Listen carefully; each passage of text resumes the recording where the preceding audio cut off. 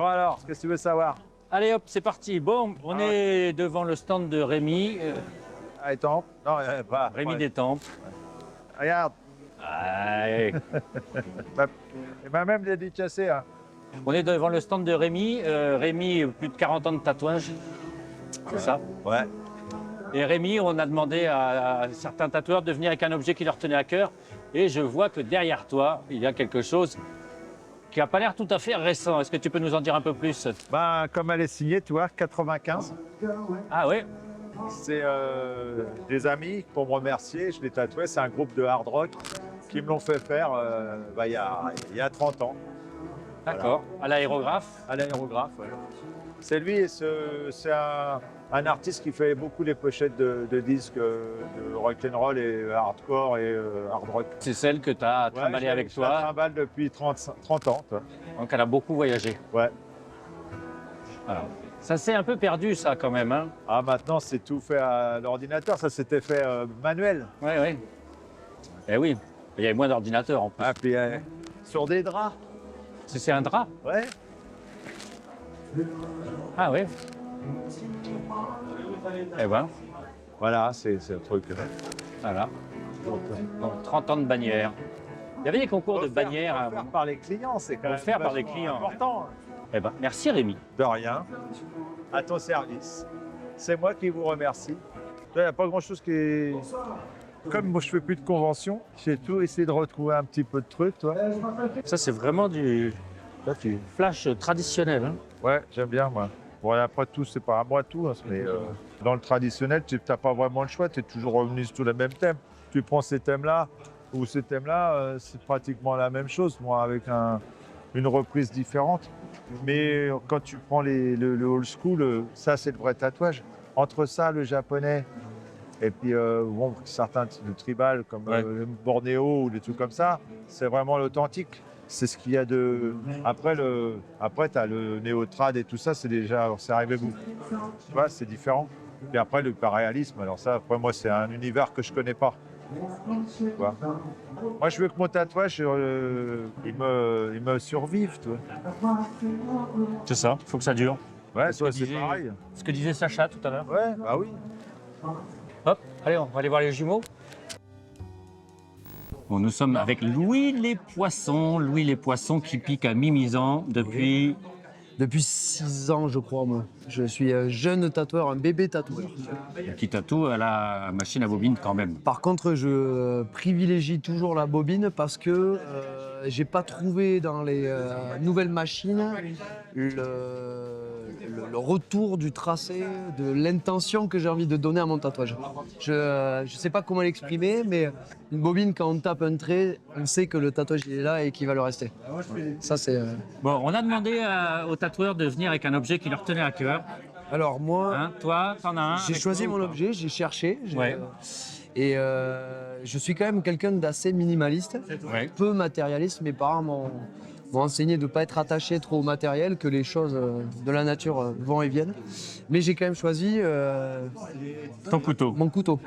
Et alors pourquoi? Alors ce couteau a toute une histoire. Il s'appelle le casse-carotte. C'est un mélange entre les gitans et les cagots. Et Les cagots. les cagots, c'est? Les cagots, c'est un peuple de gens qui ont... En fait, c'est un peuple qui est issu de, apparemment, les Romains, quand ils dominaient l'Aquitaine. À un moment, ils ont été jartés par les Francs. Tu sais. Et ce petit peuple de Romains s'est retrouvé être un peu les démunis. Et tu retrouveras, par exemple, sur toutes les églises de France, sur les côtés des petites portes qu'on appelle les portes des cagots, qui te forcent à te baisser à 1,20 m pour rentrer dans les églises. Donc, c'est à la porte du cagot. Donc, on rabaisse toujours ces gens. Et professionnellement, c'est à ces gens-là qu'on confiait les tâches un peu ingrates. Maçonnerie, charpente, les trucs de merde que les Français n'avaient pas envie de faire, tu vois. Et c'est marrant parce que ça n'a pas vraiment changé aujourd'hui, tu vois. Tu sais, c'est quand même un truc de fou. J'ai choisi ce couteau parce que il représente aussi la naissance de mon fils. Le jour où j'ai appris que j'allais être papa, j'étais à côté de Saint-Jean. Non, à Saint-Jean-de-Luz, j'étais à côté, c'est à Cibourg. Saint-Jean, Cibourg, tu as le côté riche, côté pauvre, on va dire, et le côté populaire de Cibourg. Et je me suis offert un couteau, parce que moi, à chaque fois qu'il y a un événement marquant dans ma vie, je m'achète un couteau. D'accord. Et je sais pas pourquoi, c'est un truc, j'aime beaucoup cet objet. C'est la nourriture, c'est la survie, j'ai jamais pensé planter quelqu'un et je pense que je planterai jamais quelqu'un avec. Enfin, je sais même pas pourquoi on sacrifie un couteau à cet horrible truc. Mais un couteau, je trouve que c'est le prolongement. Tout le monde a besoin d'un couteau tout le temps, quoi. On a tous besoin d'un couteau. On a besoin Et, de sa bite et de son couteau. Et de son couteau. Ouais, voilà, j'allais dire la bite et le couteau, mais Que tu peux nous raconter l'histoire de ce P qui est encadré? le P pirate, alors c'est l'anti-tatouage. Si les gens ils viennent dans une convention pour se sentir unique par le biais d'un tatouage, il faut pas qu'ils fassent le P, quoi. Parce que aujourd'hui, on est pratiquement 600 personnes à porter ce tatouage. C'est un tatouage qui fait référence à un ancien tatoueur qui s'appelait Théo, de Rosas. Qui est parti, qui nous a quittés, qui nous a sensibilisés sur les anciennes machines avant de nous quitter. Et on va essayer de tatouer le plus de personnes avec ce tatouage, comme lui avait fait à sa dernière convention. On avait halluciné, il était arrivé avec un homme balinéen, là, ou je sais plus quoi, voilà. Et il avait dit, je fais que ce tatouage sur la convention. Alors je vais le faire de toute taille et tout, mais... Et nous, on avait trouvé l'idée intéressante et on voulait lui pirater l'idée, quoi. On lui a piraté l'idée. On a dit, par contre, nous, on va pas se faire chier avec les tailles. On va faire une seule taille. Et on voulait même forcer l'emplacement, mais on n'a pas pu forcer l'emplacement parce que les gens, quand même, ils choisissent. Une seule taille, une seule couleur. taille, voilà. Il fait 6,66 cm de long, donc c'est le chiffre du diable. C'est une calligraphie qui allie la calligraphie française et la calligraphie britannique du gothique. Ouais. Donc, pourquoi français? Parce qu'on est français. Britannique, parce que c'est aussi un clin d'œil à Peter Pan. J.M. Barrie, l'écrivain de Peter Pan. Donc, en fait, c'est pas vraiment que la piraterie, c'est aussi la grande enfance. Restons des enfants, absolument des enfants, etc. Et l'idée, c'est de faire un tatouage populaire, pas cher, et uniformiser les gens aussi. Parce qu'on a accepté de se vacciner, pas se vacciner. Politiquement, on est perdu. On est tous des numéros de sécurité sociale. On écoute tous la même musique, on mange tous la même merde, on regarde tous les mêmes séries à la con. Enfin, pourquoi pas avoir le même tatouage? Donc voilà, paf, comme des bovins à l'abattoir, le P pirate. Il y a une histoire de communauté aussi, peut-être. Évidemment, c'est une grande famille et un militaire nous l'a bien relevé en disant « Attention, à 600, vous serez 2 escadrons. » Eh ben, Plus 1, 2. repos. Ouais, repos, au repos, voilà. Repos, vous pouvez fumer. Et ouais, Théo, pour revenir à Théo, c'est quand même ces anciens-là qui nous ont montré le potentiel des anciennes machines. Ça, j'aimerais y revenir parce que aujourd'hui, je trouve que le progrès va dans le sens du tatoueur et pas du tatouage. Et ça, c'est dégueulasse. Parce que putain, quand les gens ils viennent te chercher un tatouage, moi je suis là pour leur donner un tatouage. Il faut que ça tienne, quoi. Que ça soit noir, qu'on se casse la gueule dedans. Aujourd'hui, je trouve que, je sais pas, peut-être que je me trompe, alors je vais me faire arracher la tête, peut-être, mais j'ai pas fait de tatouage plus noir qu'une bobine aujourd'hui. D'accord. Voilà. Et je pense que je tiendrai tête à tout le monde. C'est un impondérable de la bobine. Ouais. Merci, merci les gars, merci à vous surtout. Ouais, Bon, monsieur Wang, bonjour. Bonjour. On t'a vu en train de tatouer avec un objet un peu étrange qui ne faisait pas du tout de bruit. Exactement. Qu'est-ce que c'est? Bon, je suis désolé, on vient juste de l'utiliser, il y a encore de l'encre dessus. Ça s'appelle un tebori, c'est d'origine japonaise. Donc c'est la machine à tatouer traditionnelle au Japon. Exactement. D'accord. Comme on dit, à l'ancienne. À l'ancienne. Très ancienne. Très très ancienne, oui. D'accord. Et ça fait combien de temps que tu utilises cette technique? Ça fait 5 ans cette année que j'utilise cette technique-là. Tu l'as appris comment? Alors je l'ai appris tout seul. Tout seul? Tout seul. D'accord. Oui, vraiment. Moi, ça fait 8 ans que je suis dans le milieu du tatouage. Et puis, en fait, je voulais sortir du lot parce que j'avais l'impression qu'on ne me voyait pas. Et du coup, je voulais faire quelque chose que pas beaucoup de gens ne font. Et je me suis dit, bah, je vais faire du tebori. J'ai essayé de trouver un apprentissage donc quasi impossible à trouver, même impossible en France. Et j'ai décidé de le faire par moi-même. Vous êtes très peu en France à utiliser Je cette pense technique. qu'on doit être trentaine Ah maximum. oui, d'accord. Ah, quand même. D'accord. Parce qu'il y a de plus en plus, je reçois pas mal de mails, de demandes, des gens qui veulent apprendre. Mais je me sens pas en capacité d'enseigner. D'accord. La particularité du tebori, c'est beaucoup plus long. Plus long, mais moins traumatisant pour la peau. Beaucoup moins traumatisant, forcément. Puisqu'on va mettre moins de coups, on n'a pas cette friction qui brûle à la machine. On pique, ça rentre, on pique, ça rentre. C'est compliqué? Non, c'est pas plus compliqué. C'est Si, à maîtriser quand à même. maîtriser. J'ai mis 3 ans à vraiment le maîtriser. Hein. J'ai mis D'accord. 3 ans. Pendant 3 ans, en fait, il faut savoir qu'il y a plusieurs techniques au tebori. Donc En plus, là, en fait, ça s'appelle le hanebori, comme une queue de billard, le hanebori. Après, on a l'imotsuki, où là, on attaque vraiment la peau plus à la verticale, comme les Thaïlandais font au bambou. Et on a un shamisenbori qui, on va dire maintenant le handpoke, mais façon japonaise. Voilà, qui se travaille à une main. Un shamisen, c'est un instrument à cordes japonais, donc le mouvement, c'est comme si on faisait de la musique. ah oui, d'accord. Voilà. Ok, ok. J'avais une autre question. Sur la signification des motifs, tu as beaucoup travaillé dessus? Oui, après, là, c'est vraiment des flashs pour vraiment montrer le côté traditionnel japonais, tout ce qui est différent en design. Mais sinon, quand je travaille avec quelqu'un sur mes clients, en général, on me raconte son histoire et par rapport à ça, je travaille. D'accord. Voilà. Et alors la carpe koi? La carpe koi, ben, la détermination. La carpe koi qui remonte à contresens, qui se prend donc les vagues en pleine tête, on va dire. Les vagues, l'eau, c'est la vie. Elle peut être plate comme nous taper.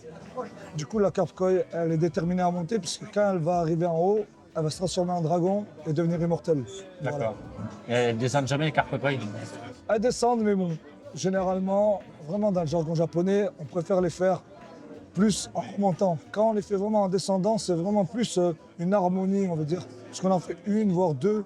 Une qui descend, une qui monte généralement. D'accord. Ok.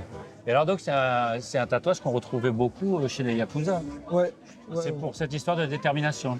Ouais. D'accord. Il faut savoir que chez les Yakuza, en plus, les gens ne choisissent pas leur motif. Ah, c'est qui? C'est le maître C'est le tatoueur? maître tatoueur qui va choisir de lui-même le motif à faire. D'accord. C'est toujours dans le respect de la personne quand même, Toujours ou des dans le fois ils respect. font des trucs pour se moquer? Jamais. Jamais. Jamais. Jamais. Là, j'ai pas eu l'occasion encore de rencontrer vraiment des maîtres japonais, mais j'ai rencontré des maîtres taïwanais avec qui j'ai parlé, qui m'ont vu travailler, qui ont vu mon travail, m'ont demandé si j'avais un maître, et je leur ai dit que je n'en avais pas. Et donc, on validé mon travail, on dit que j'avais vraiment un travail très très propre, et que pour eux, ma façon de travailler m'appartenait à moi, mais qu'elle était validée, quoi. D'accord. Bon, bah, très bien. Merci. Voilà. Bien, merci Philippe. Il faudra que j'essaye un jour, moi, Avec plaisir. le tebori. Bon, on est avec Goldie, on est devant la photo de Théo. Mais oui, ça Voilà. fait plaisir. Ouais. Goldie, 1987, tu as commencé à Tarbes, tu as ouvert ton shop, tu avais commencé un petit peu avant en Angleterre. Ouais. Mais oui, mais oui. Oui, oui, et avec Jordi Scott, mais qui nous a quittés fin octobre. Ça m'a fait beaucoup de peine. Ouais. Mais bon, voilà, c'est comme ça. Et ouais, depuis 1987 à Tarbes, et voilà, Et ça continue. toujours bien. Voilà. Tu n'as pas fait trop de conventions, toi, t'aimes pas trop ça. Non, je suis un peu sauvage. Voilà. Mais tu viens quand même nous voir ici. Oui, c'est Au vraiment Maroc. parce que tu m'as demandé. Voilà. Encore un. Il y avait peu de femmes quand tu as commencé. Il y en avait oui. très très peu en Ah France. oui, oui, très très peu. Ouais, ouais. Et alors qu'aujourd'hui, il y en a beaucoup. Et c'est Mais tant tant mieux, mais c'est bien. C'est un super métier pour les filles. Alors, franchement, les filles, il faut venir. Ouais. Pourquoi c'est un super métier pour les filles? Ben, je trouve il faut arriver à vraiment capter ce que veulent les gens et pour ça, d'être à l'écoute, c'est peut-être plus une qualité des filles que des garçons, mais je veux pas faire de généralité non plus, parce que c'est pas vrai, mais ouais, je trouve que c'est bien, c'est agréable, ouais. Bah, super, merci Goldie. Mais avec plaisir, salut Allez. les filles. Hop. On continue. Eh bien, on est avec Kimi Rider. Bonjour. C'est ta deuxième participation au Mer en Or. Oui, c'est ma C'est ça. deuxième participation. Et ça te plaît toujours autant? Ça me plaît toujours autant. C'est une date que je réserve chaque année pour revenir ici. Sans Formidable. hésitation. Cette année, on vous a demandé de venir avec un objet qui vous tenait à cœur un peu. Et je vois qu'il y a un tas de fanions qui sont ici. Est-ce que tu peux nous en parler un petit peu? C'est ça qui te tient à cœur, on dirait. Oui, ça, alors c'est des fanions que je fais moi-même avec le procédé du cyanotype, qui du coup est un procédé de photo, de tirage bleu avec une réaction chimique qui réagit à la lumière UV. Et voilà, du coup, j'ai fait des chrysanthèmes qu'après j'ai cousus, doublés, fait les petits pompons. Oui, parce que tu ne fais pas que tatouer. Je ne fais pas que tatouer, je fais pas mal de choses, dont du Les choses que tu as autour du cou, c'est toi aussi? Les choses que j'ai autour du cou, c'est moi aussi. Voilà, je fais des bijoux, des harnais, du crochet, de la lino. Voilà, c'est quand même le but quand on est artiste de manier et de tester différents médiums, je pense. Et tu as d'autres projets comme ça? Tu vas essayer autre chose? Alors, mon but, c'est de faire un triptyque du coup de cyanotype, c'est-à-dire là pour le moment, c'est que des éditions limitées, hein, et de faire d'autres dessins et d'imprimer un triptyque. Donc, j'aimerais bien refaire et une autre chrysanthème et peut-être un autre au milieu avec une grosse tête de mort. Ah oui, d'accord. Voilà, pour casser le côté un peu mignon de celui-ci.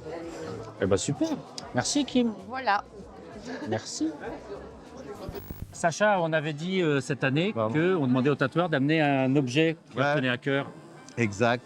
Hein, on est devant tes reproductions, Ouais, les affiches, de tes affiches. Voilà. On a les choses de Pépone. Ouais. Les Les originaux planches, Pépone les des originaux années de Pépone. 75. Ouais. Ouais. Voilà. Bah, tu veux que je te ramène l'objet Eh que ben, j'ai le ramené petit objet, que tu nous racontes un petit peu ce qu'il en est. Écoute, c'est ça. Alors, Tu vois, c'est un stylo. un stylo plume. Ouais.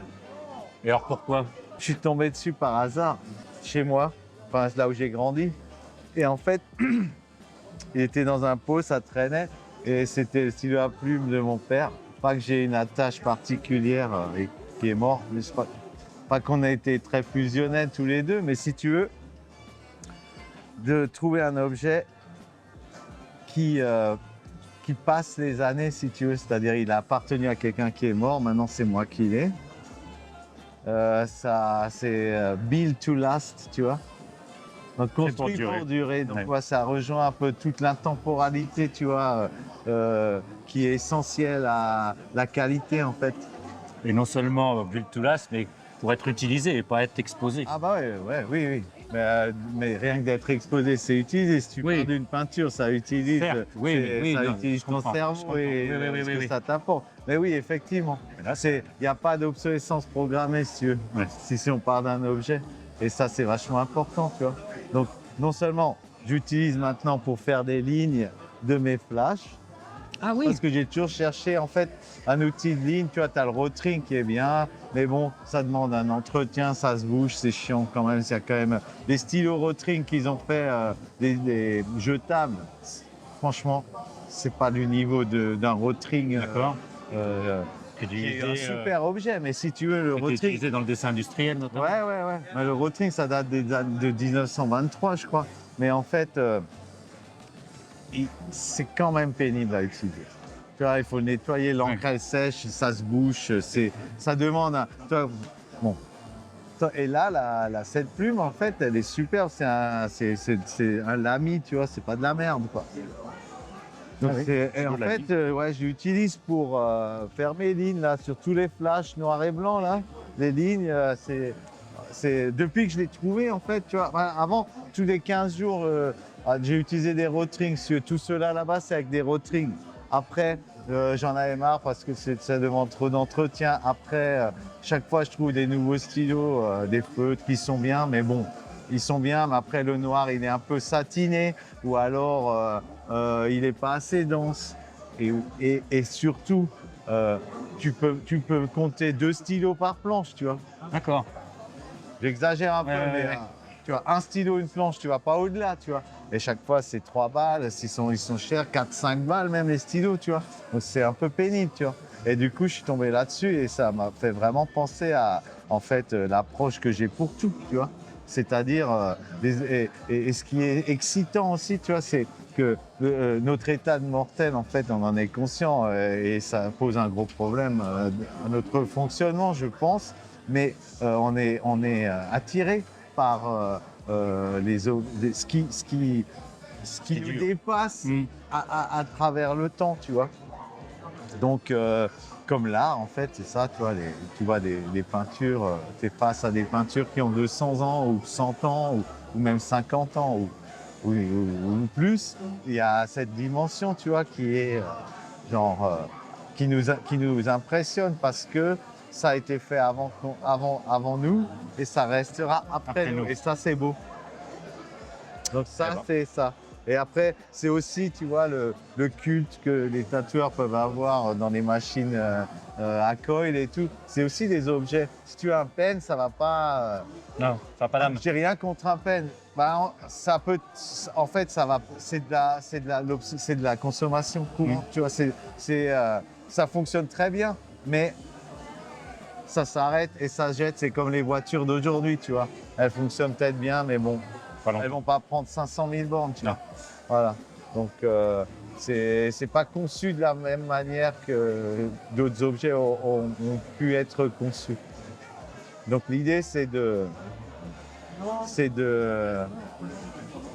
indestructible. Eh ben, voilà. Merci Sacha. Merci.